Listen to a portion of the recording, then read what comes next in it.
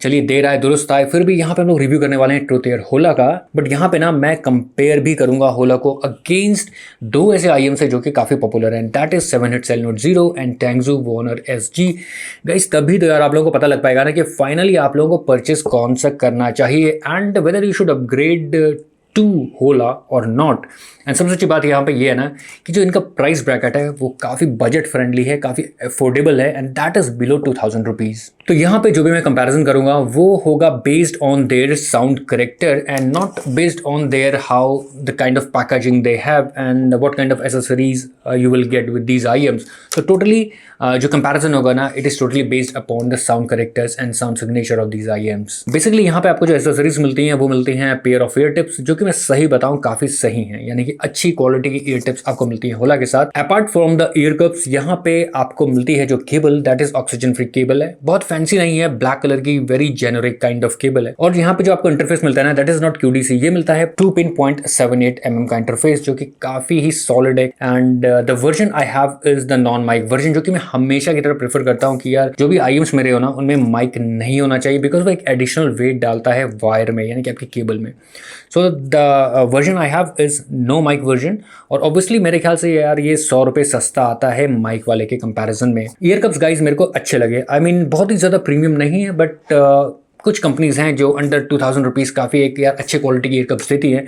मैं यहाँ पर ये नहीं उम्मीद करता कि यार ईयर कप्स जो होने चाहिए वो मेटल के ही होने चाहिए, और क्या मेटल ही ऐसी चीज़ है जो यहाँ पे किसी भी ईयर कप्स को प्रीमियमनेस देता है, ऐसी बात बिल्कुल नहीं है। मैं तो ये मानता हूँ कि यार ईयर कप्स की जो बॉडी है ना वो काफ़ी लाइट वेट होनी चाहिए, जैसे कि हमारा टेंगजू वॉनर SG है या फिर आपका ट्रूथ एयर होला है या फिर कुछ और आईएम्स। और यहाँ पे जो इसका ईयर कप्स है ना ये अपने आप में हाउस करते हैं 11 mm का एक LCP डायनामिक ड्राइवर। सेंसिटिविटी यहाँ पे जो कि काफ़ी ठीक है, दैट इज 120 dB की सेंसिटिविटी है and then 28 ohms of impedance ये अपने आप में कैरी करता है, that is Truthear Hola and 20 to 20 kHz is the frequency response you will get with the Truthear Hola. तो यार यहाँ पे कई लोगों के रिव्यू ऑलरेडी आ चुके हैं एंड मैं इस वक्त थोड़ा डिले हो चुका हूँ रिव्यू करने में, बट स्टिल मुझे मालूम है कई लोग आप में से ऐसे होंगे जो अभी भी यार सोच रहे होंगे आपको होला लेना चाहिए कि नहीं लेना चाहिए। यहाँ पे सारे कन्फ्यूजन मैं आप लोगों को क्लियर करने वाला हूँ। यहाँ पे सबसे पहले अगर मैं बात बताता हूँ ना, इसका जो एक साउंड करेक्टर है, जो इसकी टोनालिटी है वो एक वार्म सिग्नेचर अपने आप में रखता है, वार्म टू बैलेंस आप इसको कह सकते हैं। एंड यहाँ पे ये जो एनर्जी है इसके अंदर अपर मिड रीजन में वो थोड़ी सी वीक है। बात करेंगे थोड़ा आगे जब हम बढ़ेंगे रिव्यू में कि क्या मैं आप लोगों से बात कहना चाह रहा हूँ। तो गाइस सबसे पहले हमेशा की तरह हम लोग यहाँ पे सब बेस और बेस रीजन की बात करने वाले हैं। सब बेस रीजन यहाँ पे ठीक है, बहुत ज़्यादा डीप नहीं है, just like you have in the CCA CRA, but still you will get the kind of thump जो आपको म्यूजिक में मिलता है वो आपको मिलेगा यहाँ पे ट्रूथ एयर होला में। एंड सेकेंडली यहाँ पे बेस अच्छा है, बेस में मेरे को सबसे जो पॉजिटिव थिंग होला में लगी, the kind of base is very clean, you will get in the Truthear Hola. तो जैसे मैंने कहा ना कि यार इसका जो बेस है ना वो मेरे को काफ़ी अच्छा लगा। मैंने जैसे आपसे कहा कि काफ़ी नीट बेस है एंड द बेस का जो इसमें जो अमाउंट है इट्स नॉट वेरी लाउड, ठीक है, जैसे कि आपको कुछ आईएम्स में मिलता है just like in the CCA Lyra and you have the kind of base in KZ ESX, उस काइंड का आपको यहाँ पे बेस नहीं मिलता है, but the base is very adequate, ठीक है ना। बेस जो है जैसा आपको म्यूजिक दे रहा ना या फिर आप मूवीज़ देखते हैं, the kind of base you will get is enough guys, ठीक है। एंड 12 o'clock वॉल्यूम पे अगर आप सुनते हैं, जो कि मेरे को लगता है फिर भी ज़्यादा होता है, उसमें भी आपको बेस का एक जो थंप है वो मिलता है। द काइंड ऑफ बेस होला has is open kind of base, ठीक है ना, यहाँ पे एक बाउंड्री आपको फील नहीं होती है, बेस एक स्प्रेड काइंड ऑफ बेस आपको मिलता है ट्रूथ एयर होला में। दैट सिंपली मीन्स कि यहाँ पे एक बेस में ना एक पंच और टाइटनेस की आपको थोड़ा बहुत कमी लगेगी, but that is not a bad thing, क्योंकि जैसे मैंने कहा कि यार इसका एक अपना करेक्टर है बेस का जो कि ओपन है, spread out kind of base है, जो कि सुनने में काफ़ी रिलैक्सिंग लगता है। And that is the only reason कि आप यार इस आईएम को, दैट इज ट्रूथ एयर होला को, एक लॉन्ग सेशन के लिए आराम से यूज़ कर सकते हो। तो यहाँ पे जैसे मैं आप लोगों से बेस की बात कर रहा था एंड ये किस तरीके से डिफर करता है मालूम सेल नोट 0 से।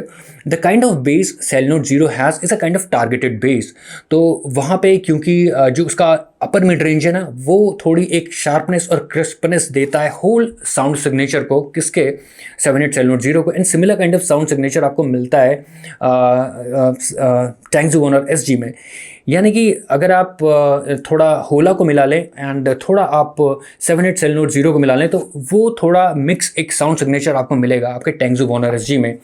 बट यहाँ पे जैसे मैंने कहा कि अपर मिड रेंज थोड़ा सा हल्का सा सबड्यूड है इन द केस ऑफ होला, तो यहाँ पे वो एनर्जी आपको फील नहीं होती है। एंड जैसे मैंने कहा कि 78 सेल नोट 0 का जो बेस है वो बहुत ओपन और बहुत ज़्यादा वाइड स्प्रेड नहीं है, बहुत ज़्यादा आपको सूद फील नहीं होता है। So the kind of bass 78 cell note 0 has is a targeted kind of bass, तो वहाँ पे आपको एक पंच एंड वो थोड़ा फील होता है। The tightness of the bass you will feel specially in the 78 cell note 0 and little bit in the Tangzu Wan'er SG, but there is lack of tightness in the Hola. And ये थी base की बात जो कि मेरे को काफ़ी अच्छा लगा। एंड द बेस्ट पार्ट यार बेस बहुत ही नीट है, बहुत ही क्लीन है इन द होला, जो कि यार ये काफ़ी अच्छी बात है। एक ऐसे आईएम है जो कि 2000 रुपये के अंदर अंदर आपको मिलता है, तो ये चीज़ मेरे को काफ़ी अच्छी लगी होला में। सेकेंडली जब मैं यार यहाँ पे बात करने वाला हूँ एक मिड रेंज की, मिड रेंज भी काफ़ी अच्छा है तीनों ही आईएम्स में, that is your 78 cell note 0, your Tangzu Wan'er SG and Truthear Hola. यहाँ पे तीनों में ही मिड रेंज काफ़ी अच्छा है। और वोकल का जो टिम्बर है ना, that is the best part about Hola is that the timbre accuracy, यानी कि जो एक्यूरेसी है टिम्बर की वो बहुत ही अच्छी है किसमें, होला में। मे बी बिकॉज यहाँ पे एक आपको जो मिड रेंज है ना वहाँ पे थोड़ी सी थिकनेस मिलती है वोकल्स को, जो कि काफ़ी सूदिंग आपके कानों को लगती है। एंड मैंने कहा ना that is the only reason यहाँ पे आप इसको लॉन्ग सेशन के लिए ट्रुथ ईयर होला को आराम से यूज़ कर सकते हैं। And there is a reason कि आप यहाँ पे इसको क्यों यूज़ करेंगे लंबे समय के लिए, just because it has less energy in the upper mid region, वो अभी हम लोग आगे बात करेंगे और शायद मैंने पहले भी आपको बता दिया। तो बस यहाँ पे इसका मिड रेंज में जैसे मैंने कहा काफ़ी अच्छा है, separation is very good in the Truthear होला। एंड वोकल का जो फॉरवर्डनेस है, जो प्रेजेंस है, वो हो सकता है कि थोड़ा आपको सेल नोट 0 में जो प्रेजेंस है वो थोड़ी ज़्यादा फील हो comparison to Hola. Now let's come to the upper mid range which is very crucial, क्योंकि अपर मिड रेंज एक ऐसा रीजन है ना जो किसी भी आईएम के होल सिग्नेचर को यार ख़राब भी कर सकता है और बिगाड़ भी सकता है। और अपर मिड रेंज ही एक ऐसा है कि वो थोड़ा सबड्यूड हो जाती है तो वो आपके आईएम को वार्म सिग्नेचर दे देती है। अगर अपर मिड रेंज यहाँ पे आपकी थोड़ी ज़्यादा फॉरवर्ड होती है तो वो इसको ब्राइट सिग्नेचर दे देती है, बट बहुत ही ज़्यादा। एंड जैसे मैंने कहा कि यार 5 किलोहर्ट्ज़ का जो रीजन होता है जो कि हमारा अपर मिड रेंज में आता है, एंड योर 8 किलोहर्ट्ज़ का जो रीजन होता है, तो ये बहुत ही ज़्यादा क्रूशियल पॉइंट है, ठीक है, फ्रीक्वेंसी रिस्पॉन्स ग्राफ में। अगर वहाँ पे बहुत ही ज़्यादा पीक मिलता है तो यार आपको दिक्कत हो सकती है। And specially for those guys जो कि यू नो ट्रिबल सेंसिटिव है, उनको ज़्यादा प्रॉब्लम हो जाती है। तो यार अगर आप ट्रिबल सेंसिटिव है ना एंड थोड़ी सी भी शिमर और थोड़ी सी भी क्रिस्पनेस एंड ब्राइटनेस अगर आपके कानों को दिक्कत देती है, then guys you should go with the Truthear Hola blindly, आँख बंद करके आप इसको खरीद सकते हैं। तो जैसे हम लोग बात कर रहे थे यार अपर मिड रेंज की, तो अपर मिड रेंज में ट्रुथ ईयर होला एक ऐसा ये मैं आपको बता रहा हूँ which knows how to tackle that you know sibilance. यानी कि जैसे मैंने कहा कि 12 o'clock यानी कि एक अच्छा खासा वॉल्यूम होता है जिसमें मैं नहीं सुनता, आप लोगों को भी शायद नहीं सुनना चाहिए in case if you are using any headphone amplifier. तो वहाँ पे भी यार Truthear Hola knows how to tackle that sibilance, तो वहाँ पे आपको सिबिलेंस फील नहीं होती है। एंड ट्रुथ ईयर होला एक मेरे को ऐसा आईएम लगा अभी तक जो कि यार सिबिलेंट है ही नहीं, even at the louder volume. बहुत ज़्यादा लाउडर होगा तो ऑब्वियसली वहाँ पर डिस्टॉर्शन आपको फील होने लगेगा, इसमें भी होगा और किसी भी आईएम्स में हो सकता है।